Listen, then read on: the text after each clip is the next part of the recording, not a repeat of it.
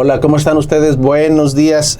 Gracias por estar como siempre con nosotros. Ya estábamos en la plática, ya la habíamos iniciado en su programa Heraldo Salud. Gracias a todos ustedes por seguirnos en las redes sociales de Óscar Hernández, por supuesto. A la gente de otros países, de otras naciones que nos acompaña y que nos retroalimentan con sus dudas y sus preguntas. Las felicitaciones y abrazos que nos mandan día con día, porque usted sabe que estos programas los retransmitimos a través de redes sociales y ahí se quedan guardaditos para que usted los pueda consultar en caso de que le interese. Seguramente que sí, porque todos los sábados como hoy tenemos grandes invitados y hoy no es la excepción. Hoy tenemos dos doctoras de las cuales vamos a hablar largo y tendido de su especialidad. Una de ellas es la doctora Ámbar Vaquera, que es ginecóloga y oncóloga. Ya nos platicará qué tiene que ver el cáncer, por supuesto, en las mujeres. Y también está con nosotros la doctora Neima Ruiz. Ella, pues, es una especialidad que pocas especialistas en reumatología pediátrica. Yo no sé cómo andan en el mundo, pero en México no creo que haya muchas, y en Coahuila tampoco. Ella se formó en el Instituto Nacional La Raza, sí, ¿verdad? En el IMSS. De ahí venimos también nosotros, pero en el área de terapia intensiva. Así es que me acuerdo muy bien de esa glorieta, de ese puente ahí donde asaltan a medio mundo y lo dejan a uno sí, sin nada, ¿no? Y las vías famosas de atrás del instituto, ¿no?, del IMSS de La Raza, no, hombre, ahí lo atracan a uno muy feo, ¿no? Si se descuida, ese famoso puente y las vías traseras de ese hospital, después de las 7 p.m., no, era un riesgo para nosotros los médicos. Y lo peor de todo es que todo lo que nos robaban, ya sea el estetoscopio, el manómetro, el reloj, el celular, etcétera, a la semana que seguía lo encontrábamos ahí en el tianguis. Era nuestro propio reloj, nuestro propio material, lo que nos vendían los mismos ladrones. Entonces ya resultaba ya una gracia, ¿no? Neima, gracias por estar acá. ¿Qué es un reumatólogo pediatra? Nosotros tenemos idea de la artritis, de enfermedades de la piel, de, no sé, manchitas, y pensamos que cualquier deformidad en nuestros huesos, en el adulto, pudiera tener que ver con el reumatólogo. ¿Es así también en la población infantil? es muy diferente en los niños. Un reumatólogo pediatra somos los encargados en ver todas aquellas enfermedades que se van a relacionar con disregulaciones en el sistema inmunológico. A diferencia del adulto, en los niños se presenta de manera inicial mucho más aparatoso y florido. Entonces sí tendríamos que ser los reumatólogos pediatras los ideales para tratarlos, porque hay veces que los tratan los reumatólogos de adultos y pues no los alcanzan. No, ¿verdad? No. Me decías tú que el niño con afectación reumatológica, es que hablar de inmunología y reumatología está estrecho, ¿no? Sí. No sé si estás de acuerdo tú, doctora Ámbar, en esas diapositivas y en esos esquemas de los libros de medicina interna y de un chorro de leucocinas, un chorro de sustancias y de algoritmos inmunológicos que desbordan y nos rebasan en el entendimiento de lo que es la cascada inflamatoria por momentos, ¿no? Y esa cascada inflamatoria se activa de una manera irregular en estos pacientes reumatológicos.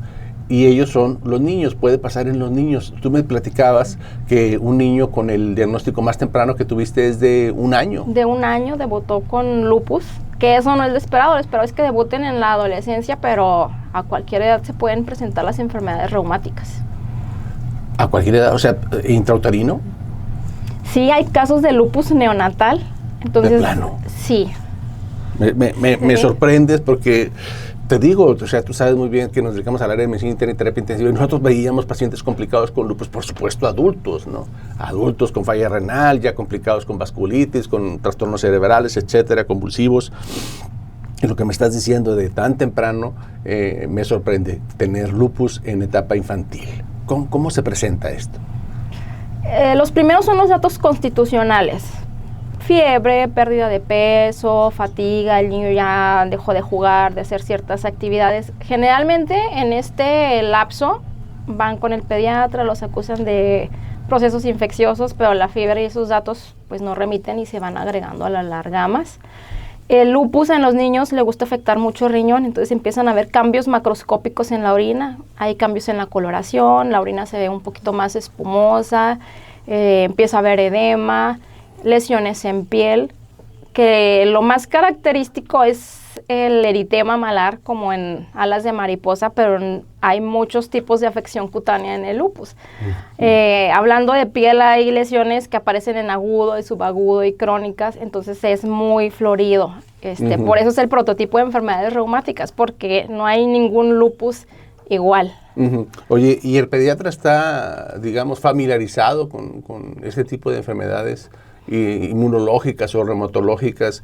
El prototipo, por supuesto, que es el lupus eritematoso en el niño. O sea, vamos, a lo que voy es que si no se retrasa, tú dijiste ahorita, pues lo confunden con infecciones y no sé, tifoidea, y el niño va y viene. ¿Se retrasa o cada vez ya están más familiarizados? Sí se retrasa el diagnóstico, todavía tenemos un retraso. Las enfermedades reumáticas son consideradas como enfermedades raras, entonces primero los ve infectología, son multihidratados, entonces ya cuando no encuentran la causa es cuando ya nos hablan a reumatología a ver qué es. ¿Y eso les lleva un par de años? Meses. Sí. Meses. ¿Y cuál es el pronóstico de un lupus infantil? Les va bien de acuerdo a la etapa en la que se diagnostique y el tratamiento. Entonces, ¿por qué se le llama lupus? Lupus viene de la palabra lobo, por las lesiones que aparecen en piel, que les da la apariencia así como de un lobo. Eritematoso es por esto, las lesiones que aparecen en piel, y sistémico es por la gran afección a diferentes órganos, aparatos, sistemas. Puede afectar todo: piel, cerebro, articulaciones, músculo, riñón. Oye, lupus es, tú dijiste es por la palabra lobo. ¿La cara se les hace como lobo o la piel como lobo? ¿O las dos cosas? Como salen unas lesiones acá en la cara, dar semejanza a como está el las lobo. Mejillas. Ajá. Por eso. Que también es la famosa alas de mariposa, ¿no? Sí. En esa afectación en las mejillas. ¿Sigue siendo más frecuente en las mujeres y bonitas? Sigue siendo más frecuente en las mujeres por las hormonas. ¿También en la población infantil? Sí, también en la población infantil. Digo, hablas de hormonas, pero pues yo pienso que los niños pues todavía no hacen ese ciclo de adolescencia y de pubertad, el brote hormonal. Aún así es más frecuente en la población infantil el lupus en niñas. Sí, una relación de 5 niñas, un niño. ¿Qué hacemos ahí? ¿Por qué? O sea, no sé. Cuando tú me dices es que es por la relación hormonal, no habrá otra cosa que... Pues una serie de factores, o sea, sí influyen mucho las hormonas, el desequilibrio que se da en la pubertad, pero hay también cierta predisposición genética. No es hereditario, pero sí tiene que ver ahí algún factor, combinado con factores ambientales. Aquí tenemos la exposición al sol y que gran parte de la población no usa bloqueador solar. Entonces también el solo exponerse a la radiación solar puede desencadenar el brote o recaídas. Esa no me la sabía, oye, esa no, me sorprendiste en dos cosas, Neymar. Ruiz es reumatóloga pediatra. Una de ellas en el sentido de que, bueno, después de la adolescencia, cada quien tiene lleva su rumbo, su viaje hormonal, tanto el hombre como la mujer, ¿verdad? Con la menstruación, etcétera, en particular. Y eso para nosotros, los que vemos adultos, pues marcaba la diferencia entre una de las razones más importantes o más evidentes era porque se presentaba más en mujeres que en hombres. Pero en niño, 5-1, aún siendo niños, aún no habiendo llegado a la pubertad, tener una proporción de 5 niñas por un niño, pues quiere decir que hay otro factor o varios factores mucho más importantes incluso que las hormonas que hacen que esa sea la distribución. Más niñas que niños, incluso en la población escolar. Así es. Y luego me sorprendes también diciéndome que si me asoleo y si no uso bloqueador, ¿puedo detonar el lupus? Sí. no solamente cáncer de piel, también lupus. No, también lupus. Sí, el lupus, hay otras enfermedades reumáticas que también debutan por la exposición solar prolongada, como dermatomiositis, polimiositis. Entonces sí deberíamos ya tener como rutina el uso del bloqueador solar. De hecho, a mis pacientes yo les indico ahí en la receta, uso de bloqueador solar con retoque cada 4 horas, no nada más es cuando se va de vacaciones a la playa. Ahorita vamos a hablar sobre el tratamiento. ¿Y en frecuencia cómo andamos en México y en Coahuila de lupus? De lupus aparecen 2 casos cerca de 100,000 personas. Y de esos 15% son en población pediátrica. Y estamos en los rangos internacionales, digamos, o somos más o tenemos menos lupus en comparación con otros países. Nos ganan los países asiáticos y luego ya seguimos los hispanos. Está escuchando usted a la doctora Neima Ruiz, ella es reumatóloga pediatra. ¿En dónde estás, Neima, por cierto? ¿Dónde consultas? Consulto en Medical CAIF.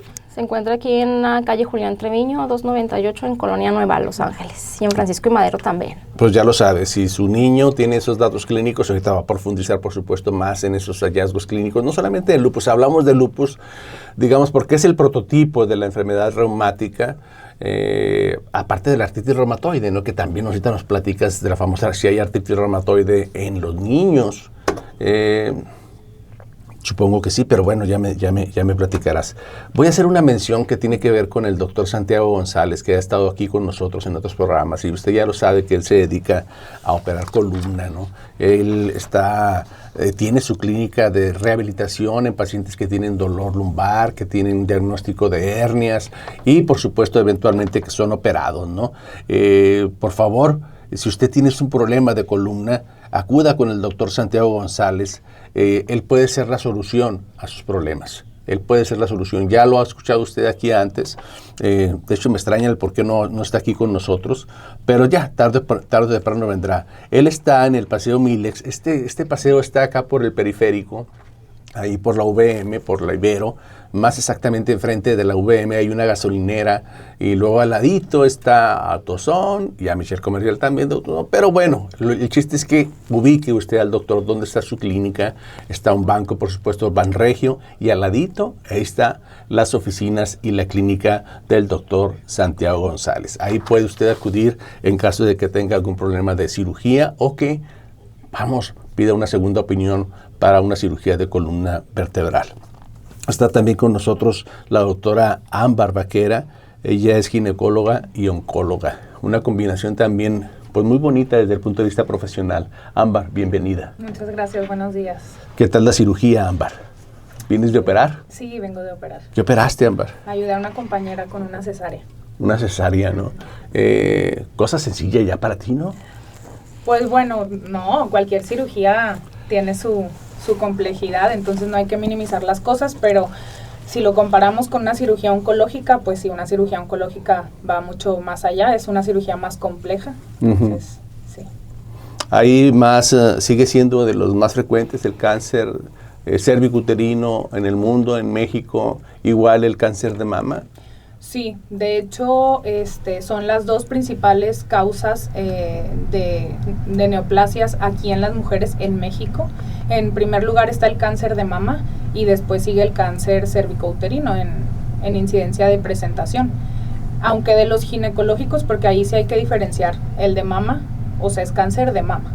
Los cánceres ginecológicos son exclusivamente el aparato reproductor, o sea, de los genitales, ya sea el cervicouterino, el de ovario, endometrio, vulva, vagina, pero sí, son los 2 principales afecciones en las mujeres.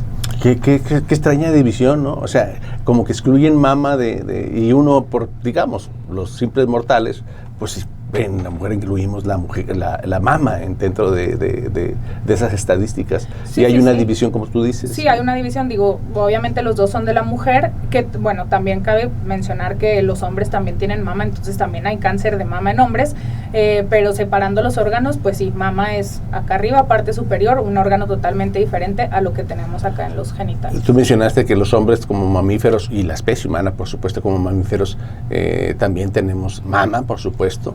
pero pienso en que una gran diferencia que es la capacidad de producir leche para amamantar a sus bebés y la crianza, ¿no? Eso marca una diferencia para que la que amamanta tenga más o menos cáncer de mama.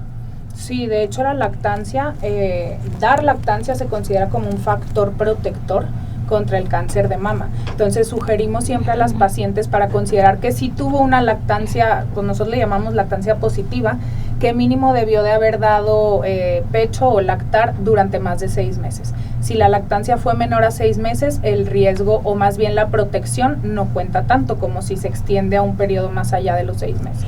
Mire, ahorita le voy a preguntar una cosa que por favor me gustaría que abriera sus ojos y su mente y sus orejas y sus oídos, porque la doctora Naima nos va a describir en resumen cuál es la manera, las vías de viaje en la paciente que tiene una bolita en mama, un nódulo en mama.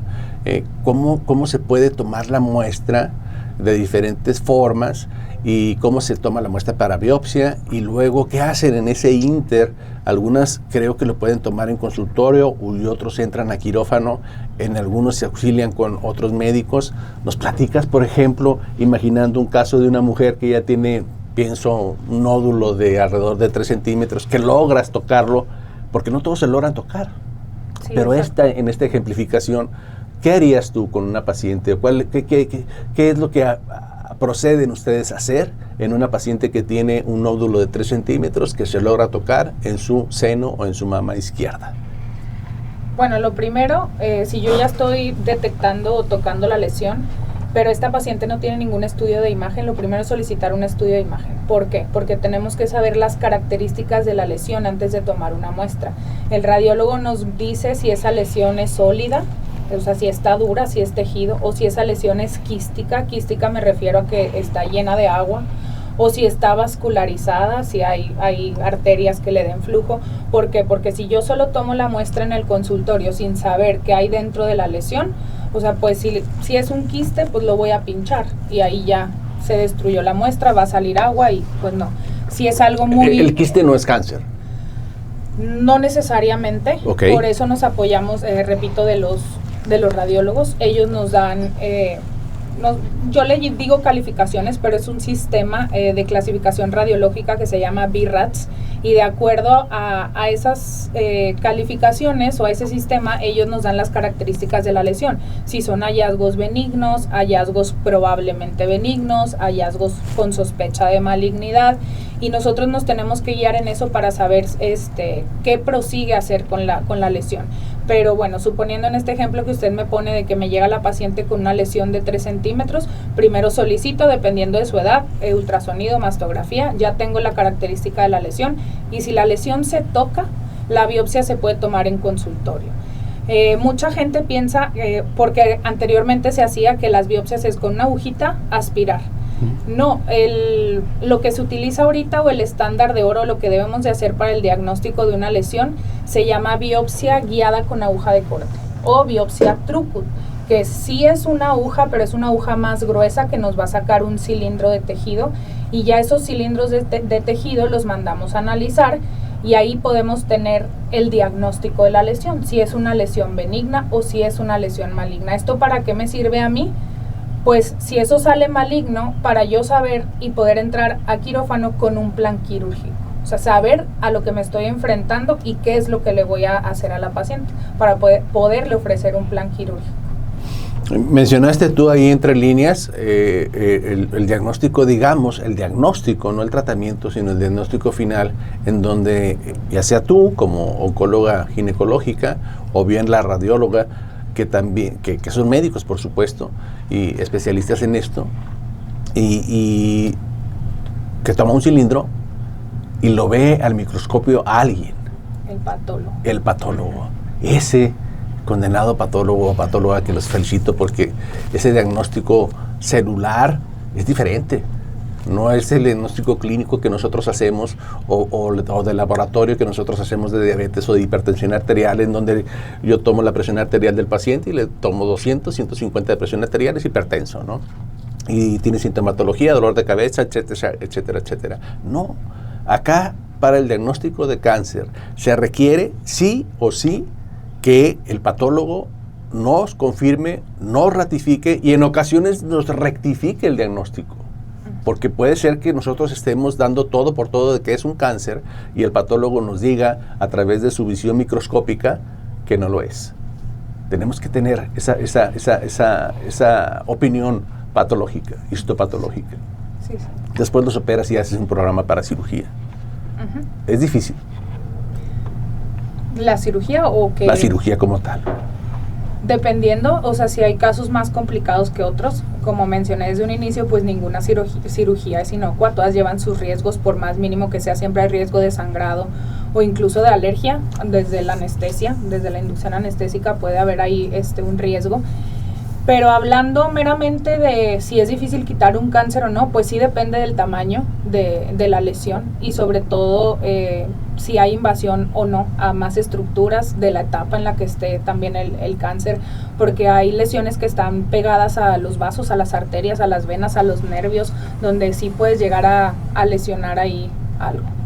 Y en tu experiencia, estamos hablando con la doctora Ámbar Vaquera, gineco-oncóloga o gineco-tratadora o que maneja el cáncer de las mujeres. En tu experiencia, pienso yo en la cirugía hace décadas en donde las mujeres eran, nosotros manejábamos el término eso, era muy agresiva la cirugía contra el cáncer de mama.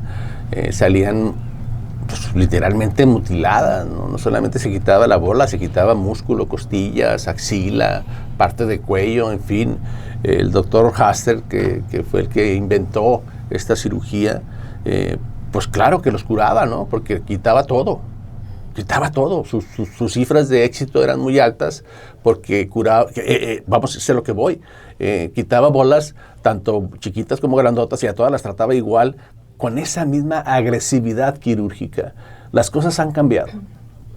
Sí, afortunadamente sí, porque precisamente como acaba de mencionar el doctor Halsted, hace mucho las cirugías eran sumamente radicales. Todo lo que ya mencionó que se quitaba, incluso se le dan las mujeres sin brazo, sin el hombro, pero ya todo ha evolucionado, las cirugías cada vez son más conservadoras, incluso hay técnicas nuevas que se llaman oncoplásticas para tratar de simetrizar, para tratar de preservar la estética. Ahorita ya hay muchísimos tratamientos adicionales como la quimioterapia, la radiación, terapias inmunológicas que también nos ayudan a disminuir el tamaño de los tumores y hacer las cirugías menos agresivas. Entonces, afortunadamente, pues la medicina, como en todo, ¿no? Ha estado avanzando y ahorita sí, ya hay cirugías preservadoras de mama con técnicas oncoplásticas para la paciente que lo solicite y obviamente que sea candidata a, porque no todas son candidatas a ese tipo de cirugías. Mencionaste una palabra, oncoplástica. ¿Nos puedes explicar más en qué significa o qué representa oncoplástica? Las técnicas oncoplásticas son técnicas donde se combinan conocimientos de cirugía plástica para tratar de preservar la estética, porque pues obviamente hay que tomar en cuenta la decisión y el sentimiento de la paciente de preservar su anatomía, pero sin perder de vista el punto oncológico. Por eso digo, siempre y cuando la paciente sea candidata, pero ahí se hacen técnicas para tratar de dejar las mamas del mismo tamaño o incluso la que está sana, simetrizarla o hacerla parecer a como vamos a dejar la que tiene el tumor. Se hacen colgajos, se hacen injertos, se hacen rotaciones de tejido para que las mamas queden pues igual, como si no les hubieras hecho nada. Pienso en la medicina pública o institucional. ¿Existe en la medicina del seguro, del ISSSTE, este concepto de oncoplástica en cáncer de mama? Pues dependiendo, yo me formé en institución pública, soy egresada de oncología de siglo XXI en Ciudad de México, entonces pues el hospital de oncología es un hospital donde se tiene todo. Hay cirujanos plásticos, hay radioterapia, entonces siempre y cuando la institución tenga lo que se le debe de ofrecer a la paciente, porque este tipo de cirugía no se puede ofrecer si no tienes un departamento de radioterapia, porque forzosamente la paciente va a requerir radiación. Entonces, y también lo más importante, que el médico sepa hacerlo. No todos los médicos, es un adiestramiento aparte, entonces no todos están adiestrados para poder hacer eso. No nos lo enseñan en nuestra formación. Cada quien tiene que tomar un curso aparte de técnicas oncoplásticas. Oncoplásticas, es decir, habrá que estudiar más y prepararse más para la cuestión, digamos, estética. Así es. Del tratamiento quirúrgico del cáncer de mama. Y ojalá, pues, bueno, no solamente que esto pudiera estar al alcance de la medicina privada, sino también en la pública, ¿no? Yo digo que la parte estética también forma parte de la mujer. No es porque nosotros los médicos ya viejos nosotros no. Yo pienso en las autoridades administrativas, yo no sé por qué siempre, si es estético, no entra. Como si la parte emocional y el beneficio cosmético y estético de una cirugía estuviera exento, como que fueran dos partes separadas de un ser humano. Y yo no comparto esa idea. No comparto esa idea. Ámbar, me da mucho gusto que estés aquí. Sé que te tienes que ir dentro de unos minutos. Quiero invitarte, por favor, a que nos acompañes próximamente aquí en el programa para platicar no solamente de cáncer de mama, sino de todos los cánceres de la mujer. Y me queda la duda del cervicuterino. ¿Qué te parece? ¿Nos acompañas? Sí, por supuesto. Gracias, Ámbar. ¿Dónde estás consultando, Ámbar? Tengo 2 consultorios. En las tardes estoy en el Hospital Ángeles, en el módulo 405 de la Torre Ángeles, 4º piso. Y en las mañanas estoy en Avenida Ocampo, 361 Oriente, aquí en la Colonia Centro. Ya lo sabes. ¿Un teléfono tienes rápido? Sí, 8717-303820. Bueno, ya lo sabe usted, lo queda grabado aquí en los programas de Heraldo Salud. Ella va a venir próximamente y vamos a profundizar más de este tema de cáncer en la mujer. Gracias, Ámbar. Muchas gracias. Vamos a una pausa y regresamos con la doctora Neymar Ruiz, médico reumatólogo pediatra. ¿Listo? Regresamos a su programa Heraldo Salud. Gracias, como siempre, por estar con nosotros. Se acaba de ir la doctora Ámbar Vaquera. Ya la tendremos para que platique con nosotros con esos temas, ¿no? Si es posible. Ya veremos qué pasa, Uno nunca sabe qué pasa en este futuro inmediato, ni siquiera dentro de unas horas, ¿no?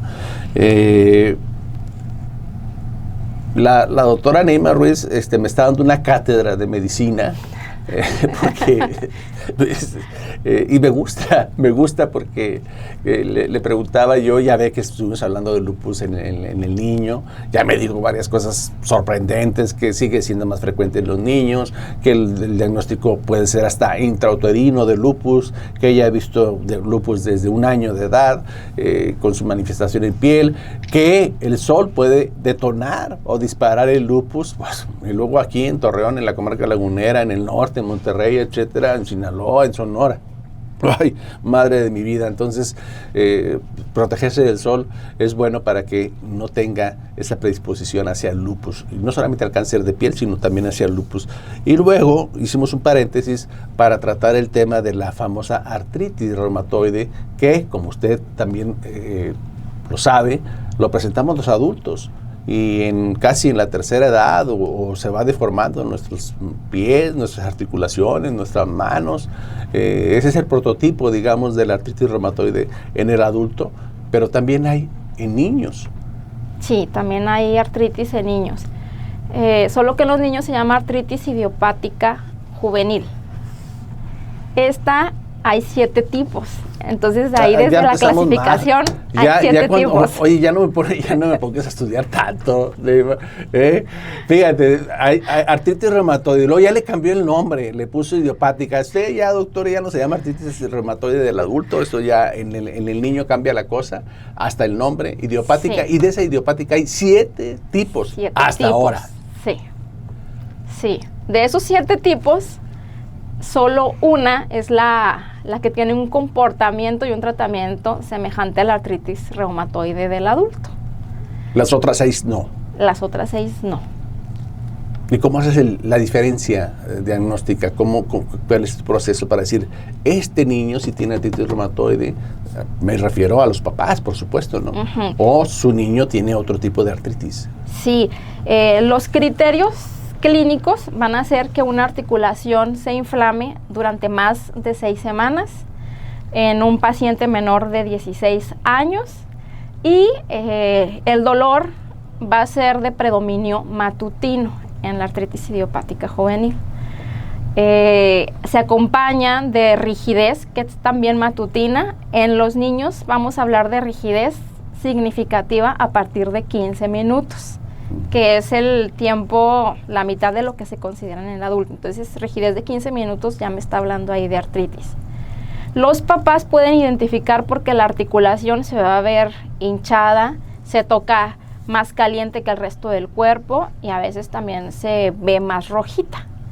Y pues deja de flexionar o extender o deja de hacer actividades que el niño antes hacía, como que ya no puede abrir frascos, ya no puede correr. Entonces, esos son los datos. Uh-huh. Oye, ¿y en laboratorio hay algún examen de laboratorio que te diga este tiene artritis y este tiene una infección y este tiene otra cosa?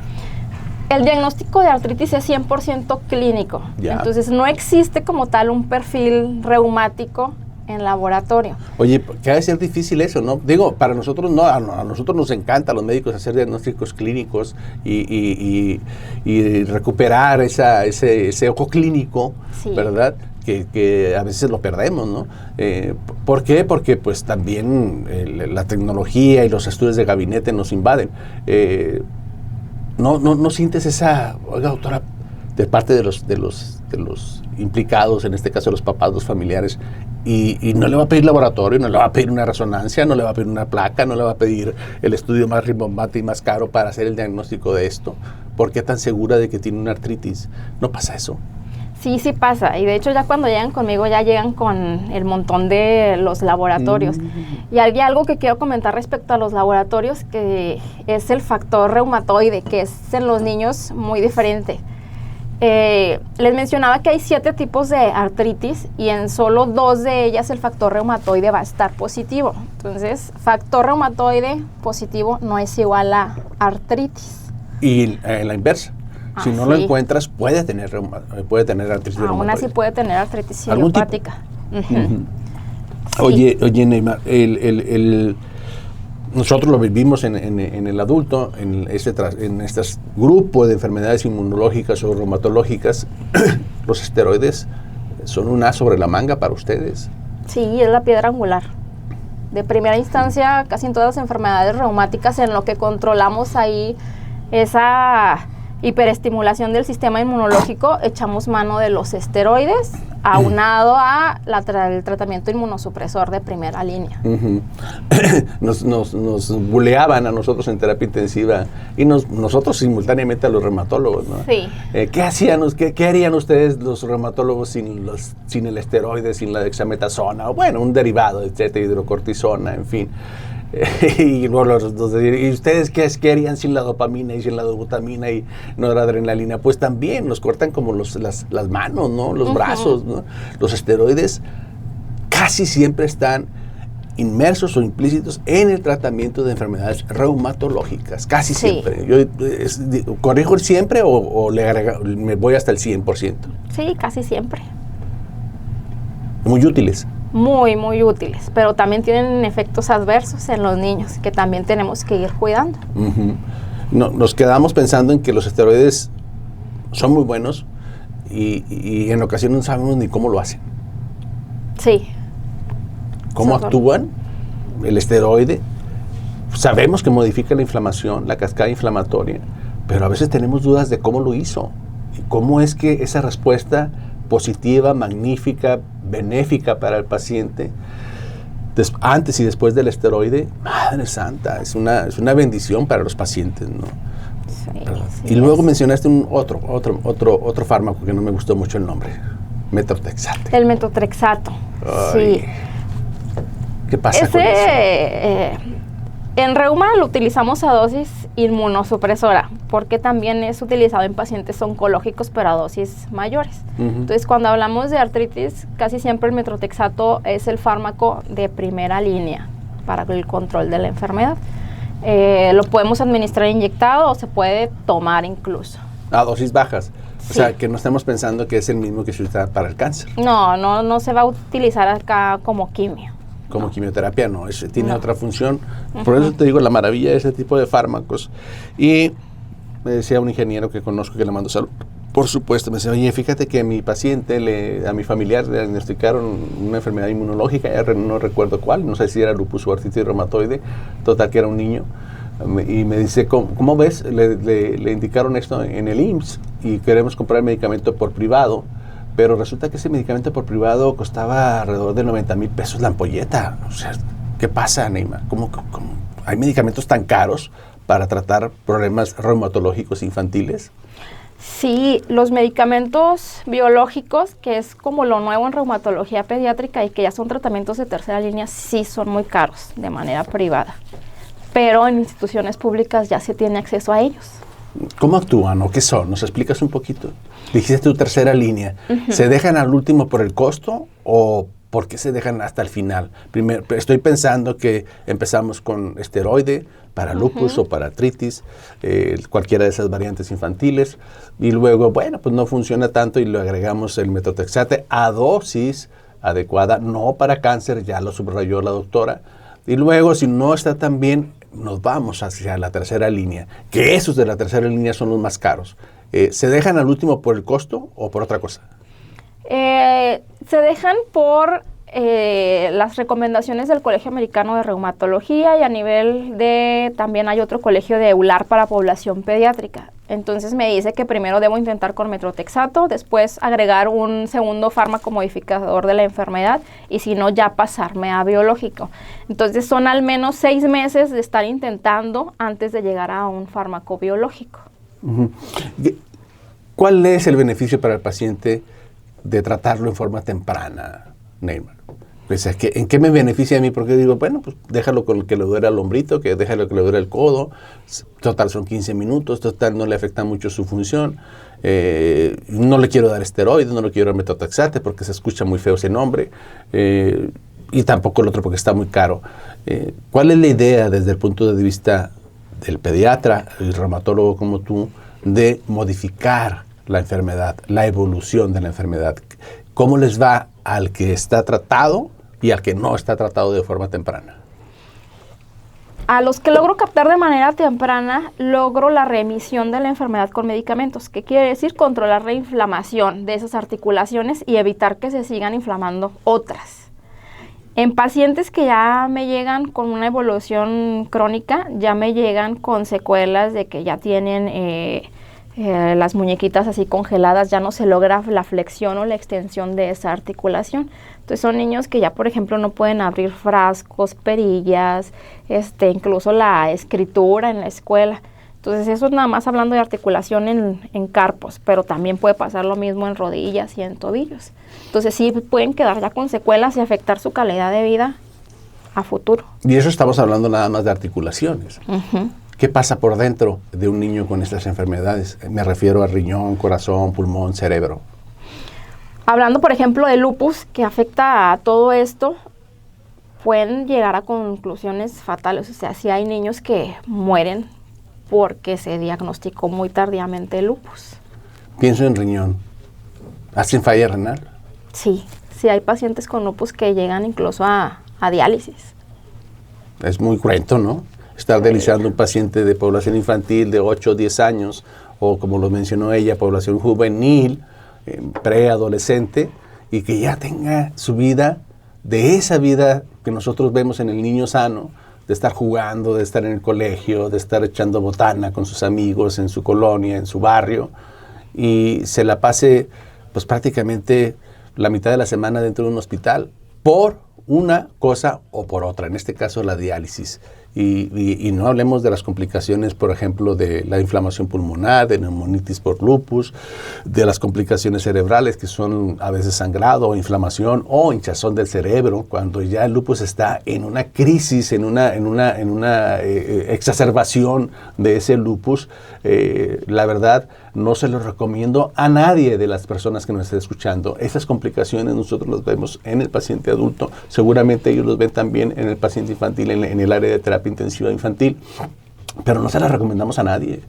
¿Por qué? Porque es ir y venir y el paciente puede salir de la terapia intensiva, pero después, si no se ajusta a los manejos que le indican los reumatólogos pediatras en este caso, puede recaer y en esas recaídas puede volver a reingresar y no es una garantía que lo saquemos adelante. No es una garantía. A veces el paciente se confía y dice, bueno, pues estuve una semana y me sacaron de terapia intensiva, sobreviví y bueno, pues vuelvo a hacer. Y me imagino que es difícil, en particular en la población infantil, Neima, estamos hablando con la doctora Neima Ruiz, por supuesto médico, reumatólogo, pediatra, me imagino que es difícil, eso pienso yo, el apego al tratamiento, por ser niños, ¿o no es así? Los niños casi no tengo problema, es más en la adolescencia, es donde sí hay abandono de tratamiento, pero pues eso se nota porque luego recaen y hacen alteraciones también en los laboratorios. ¿Cuánto tiempo llevará un tratamiento de ya sea de lupus o de artritis infantil? ¿En meses o en años? O digamos, ¿se cura la enfermedad? Son enfermedades crónicas, ya son de por vida, pero podemos llegar a una etapa de remisión y estar el paciente nada más en vigilancia y ya no tomar medicamentos. Y el tiempo para curarlo pues es muy variable, depende de los aparatos y sistemas al momento del debut. Pueden pasar meses, pueden pasar años en lo que logro la remisión de la enfermedad. Oye, Neima, ¿qué hay con las famosas plaquetas? ¿Se alteran también en este tipo de enfermedades? Sí, especialmente el lupus tiene muchas afecciones hematológicas, me baja leucocitos, me baja la hemoglobina y también gusta afectar plaquetas, también están bajas.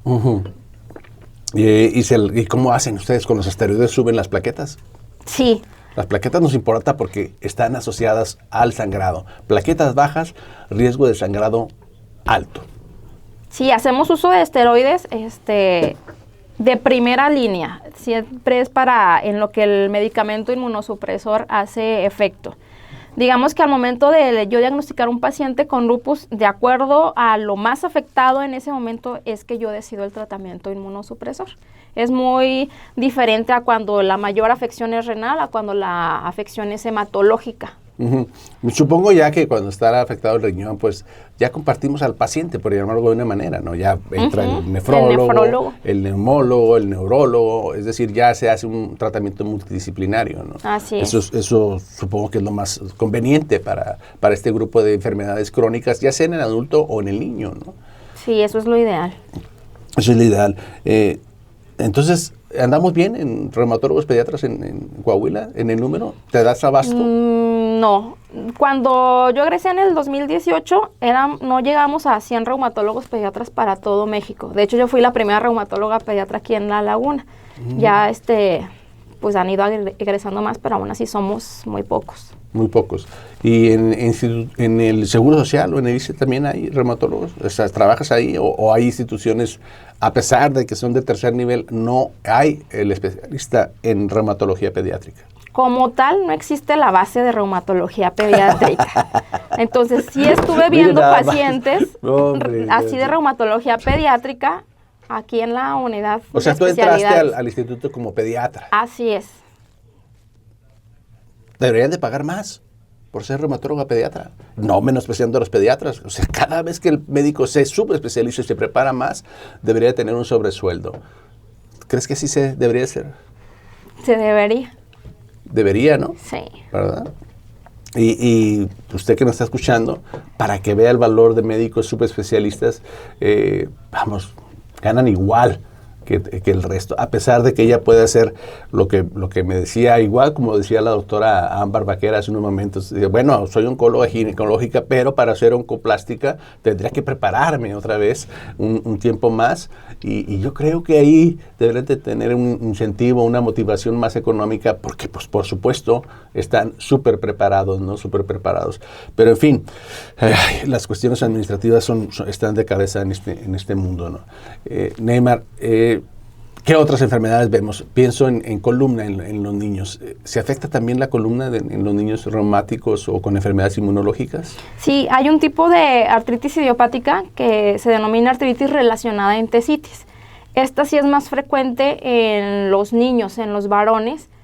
A la larga, esta va a transformarse en lo que es la espondilitis anquilosante del adulto. Entonces sí le gusta afectar mucho columna a nivel lumbar y caderas. ¿Les duele? Sí, empiezan con cojera, dolor en la espalda baja y aparte hay inflamación en otras articulaciones, como rodillas, como tobillos. Y como tú decías, o sea, se puede deformar o anquilosar vamos, no sé cómo llamarlo, rígida, se hace rígida la columna, la cadera, y eso impide el movimiento normal de esas articulaciones, y ya no hay marcha atrás. Desafortunadamente no. Ya cuando llegamos a esa rigidez o a que ya la articulación se quede así pegada, ya no podemos dar para atrás. De ahí la importancia y la trascendencia del tratamiento oportuno y temprano, ¿no? Sí. Y bien guiado, ¿no? Pues con especialistas como tú, o sea, por supuesto, se empieza con pediatría, se empieza con infectología, ese digamos, bagaje o viraje de los pacientes, que lo hacemos todos los días, ¿no? El paciente va primero hasta con el curandero, ¿no? Sí. Y porque le echaron mal de ojo a su hijo, y resulta que, pues, nada que ver, ¿no? Eso no es no depende de la santería, ni de la curandería, ni de los quiroprácticos. No, es más difícil de lo que parece. ¿Qué opinas de los curanderos? No, pues, no. Retrasan nada más el diagnóstico y el paciente llega más complicado. Llega más complicado. Sí. Ay, este tema de los curanderos, no crea, en México, en países como nosotros, como América Latina, está muy arraigado, ¿no? Está muy arraigado el tema de los curanderos, de la superstición, ¿verdad? Sí. ¿Por qué mi niño está enfermo y quién lo va a curar? ¿Y cómo lo vas a curar?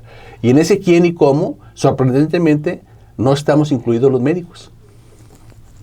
No estamos incluidos los médicos, y eso a veces nos lleva, como tú decías, meses en el tratamiento y en el retraso, y hay complicaciones como la desviación de las articulaciones que son irreversibles. ¿Es así? Sí, sí es así.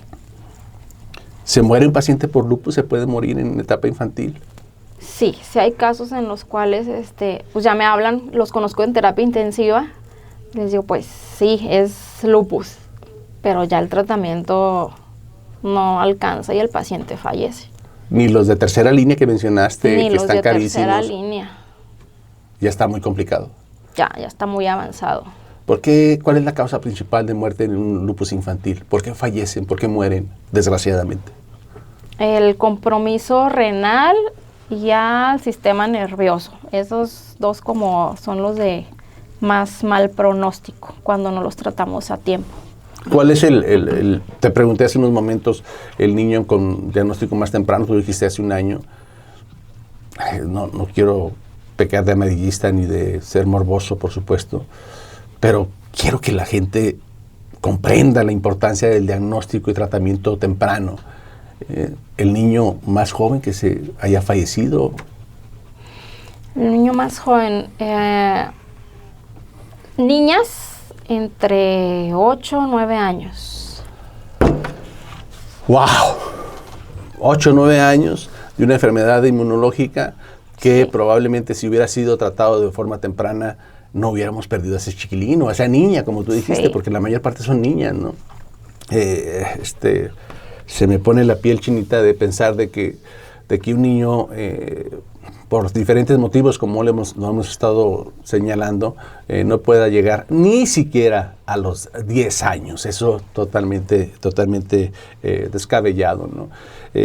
Todos estos niños requieren de medicina de tercer nivel, como le llamamos nosotros, o sea, de especialista. Todos estos pacientes. Sí, todos estos pacientes. Grupos. Estamos hablando de qué tipo de clínicas, más o menos. Estamos hablando de un segundo, tercer nivel. Al hablar de medicamentos biológicos, forzosamente es tercer nivel y en etapas iniciales un segundo nivel. O sea, no se pueden tratar en clínicas periféricas, tienen que venir a una ciudad donde haya este tipo de hospitales y continuar su manejo, ya sea privado, porque supongo que privado va a ser carísimo, ¿no, Neymar?